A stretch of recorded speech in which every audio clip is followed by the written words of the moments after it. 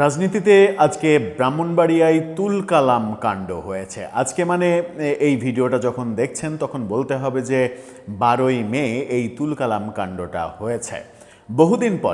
বহুদিন পরে মানে 2 বছরের মাথায় বোধহয় আওয়ামী লীগ সরকার পতনের পরে প্রথমবারের মতো যে ছাত্রলীগ নিষিদ্ধ আছে সেই ছাত্রলীগের সাহসী পদক্ষেপ দেখা গেল। সেই সাহসটা তাদের জন্য বড় ধরনের কাল হয়ে দাঁড়াবে কিনা সেটা প্রশ্ন উঠতেই পারে। আমরা দেখলাম যে বেশ সেজে গুজে সাজ রব করে ছাত্রলীগ ব্রাহ্মণবাড়িয়ায় বিশাল একটা মিছিল করলো, যে মিছিলে প্রায় প্রত্যেকের মাথায় সাদা ক্যাপ দেখা গেছে, ব্যানার দেখা গেছে, সামনে দাঁড়িয়ে বাঁশে পতাকা বেঁধে এক মানে হিরোইটিক পোজে এক যুবককে দেখা গেছে, যে যুবকের ছবি নিয়ে ইতিমধ্যেই সামাজিক যোগাযোগ মাধ্যমে নানা ধরনের ক্যারিকাচার করা হচ্ছে এবং প্রমোট করা হচ্ছে। এগুলো রীতিমতো ছড়িয়ে পড়েছে, ভাইরাল হয়েছে। ছাত্রলীগ ব্রাহ্মণবাড়িয়াতে আজকে যেটা করেছে সেটা রাজনীতিতে এমনভাবেই প্রভাব ফেলেছে যে বিএনপির ছাত্র সংগঠন, ছাত্র দল এর প্রতিবাদে মিছিল করেছে, থানা ঘেরাও করেছে। এই ধরনের কর্মকাণ্ড ঘটেছে। কি ঘটল ব্রাহ্মণবাড়িয়ায়? কে সেই যুবক সামনে থেকে এরকম নেতৃত্ব দিলেন, যেটাকে অনেকেই মুক্তিযুদ্ধের প্রাক্কালে বেয়োনেটের মাথায় পতাকা বেঁধে পতাকা উত্তোলনের বহু ছবির সঙ্গে তুলনামূলক চিত্র আঁকার চেষ্টা করছেন? এই সাহসটা ছাত্রলীগের এগিয়ে যাওয়ার পথ তৈরি করবে, নাকি এই সাহসটা দেখানোর ফলে যারা সাহস দেখালেন তাদের জীবনে চরম ভোগান্তি নেমে আসবে? চলুন একটু জেনে দেখি ব্রাহ্মণবাড়িয়ার ব্যাপারটা। থাকবেন পলিটিক্স টিভির নিয়মিত আয়োজনে।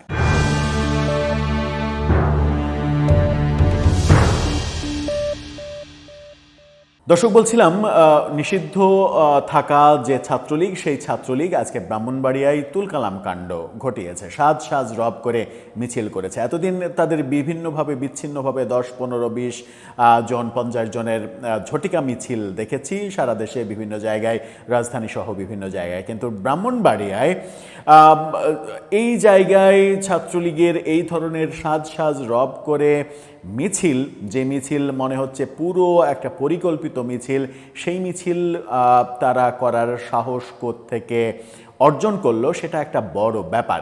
নেতৃত্বই বা দিলেন কে? একটা ছবি সামাজিক যোগাযোগ মাধ্যমে ব্যাপকভাবে ছড়িয়ে পড়েছে এবং এই ছবির নানা ধরনের ক্যারিকাচার করে প্রকাশ করা হচ্ছে সামাজিক যোগাযোগ মাধ্যমে। ছবিটা আপনারা দেখে নিন। এক যুবক পতাকা হাতে মিছিলের নেতৃত্ব দেওয়া, সেই ছবিটাকে বিভিন্ন ফটোকার্ড, পোস্টার বানিয়ে সামাজিক যোগাযোগ মাধ্যমে ছড়িয়ে দেওয়া হচ্ছে। গণমাধ্যম কি বলছে? কালের কণ্ঠ এটা নিয়ে বেশ ভিডিও প্রতিবেদনও বের করেছে। বহু গণমাধ্যমে এর ভিডিও, মিছিলের ভিডিও, মিছিল পরবর্তী সময়ে এই যুবক কি বলছেন, কি বক্তব্য দিচ্ছেন, সব কিছুই প্রকাশিত হয়ে গেছে। আমরা কালের কণ্ঠের শিরোনামটা আপনাদেরকে দেখাতে চাই। সেখানে বলা হচ্ছে, রাজবন্দীদের মুক্তির দাবিতে নিষিদ্ধ ছাত্রলীগের ঝটিকা মিছিল। এটাকেও ঝটিকা মিছিল গণমাধ্যম বলতেই পারে। সেখানে ব্যানারে আমরা লেখা দেখছি, রাজবন্দীদের মুক্তি চায়। অনেকের ছবি সেখানে দেয়া আছে, আওয়ামী লীগের সাবেক মন্ত্রীদের অনেকের ছবি দেয়া আছে।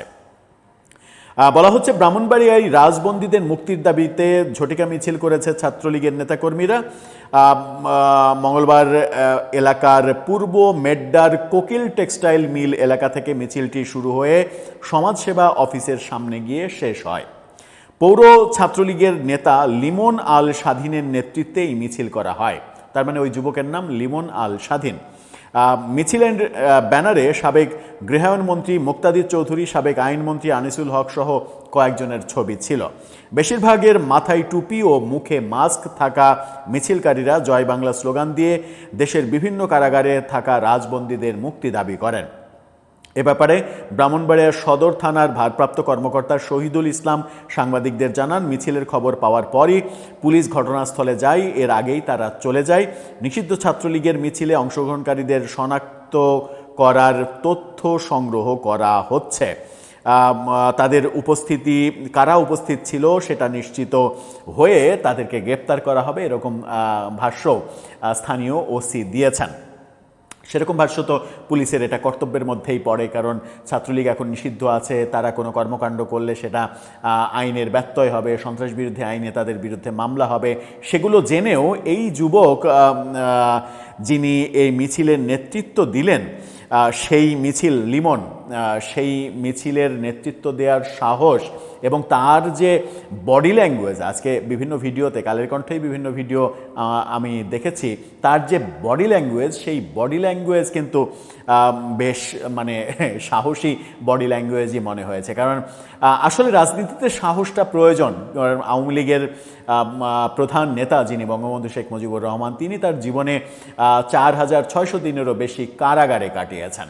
তো যাদের প্রধান নেতা যে আদর্শে তারা রাজনীতি করেন, সেই নেতাই যখন 4000 জীবনের প্রায় 14টা বছর কারাগারে কাটিয়েছেন, সেই মানে নেতার দলের কর্মীরা কখনো কখনো কেউ কেউ সাহসী হয়ে উঠবে, এটাই স্বাভাবিক।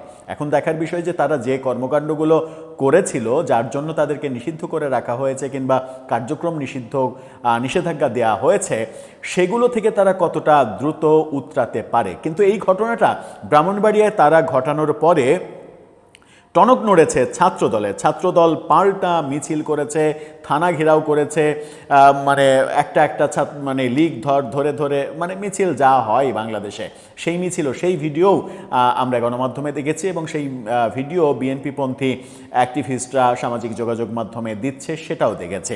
এটা নিয়ে খবর রয়েছে, সংবাদের এই শিরোনামটা দেখে নিন বিডি টুডের। সেখানে বলা হচ্ছে, ছাত্রলীগের ঝটিকা মিছিল প্রতিবাদে ছাত্রদলের থানা ঘেরাও। ছাত্রদল মিছিল করে থানা ঘেরাও করেছে। পুলিশ কেন অ্যাকশন নিতে পারেনি, পুলিশ কেন মানে নির্লিপ্ত থাকছে, এই ব্যাপারে পুলিশকে জবাবদিহি করার জন্যই তারা থানা ঘেরাও করেছে। তার মানে ব্রাহ্মণবাড়িয়ায় আজকে একটা উত্তেজনাপূর্ণ দিন গেছে।